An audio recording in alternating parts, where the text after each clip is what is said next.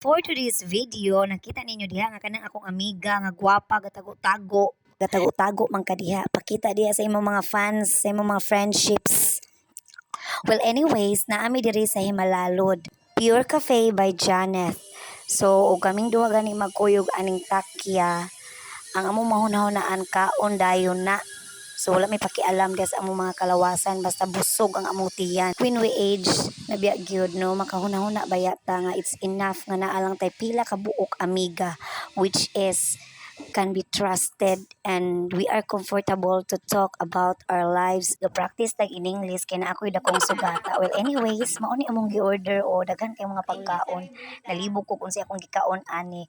But before that, portin akong inom og tubig. Kisay mo tuod eh. Kaya nga naman, para busog na ko sa tubig, ma-take out na ko ang uban. By the way, suroy di ay mo diri. Sa suroy ra mo diri kay ang ilahang mga staff o crew kay mga friendly kaayo. Dayon hasta ang ilang mga pagkaon, mga lamian gyud, ma-challenge yung kakaon sa ilang paa nga dagko kayo.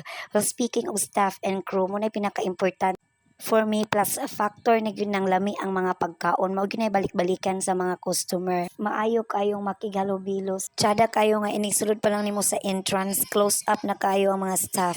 So much for that mga unsa mi diri. Kay kaulano na unya mamauli na. Goodbye ladies and gentlemen.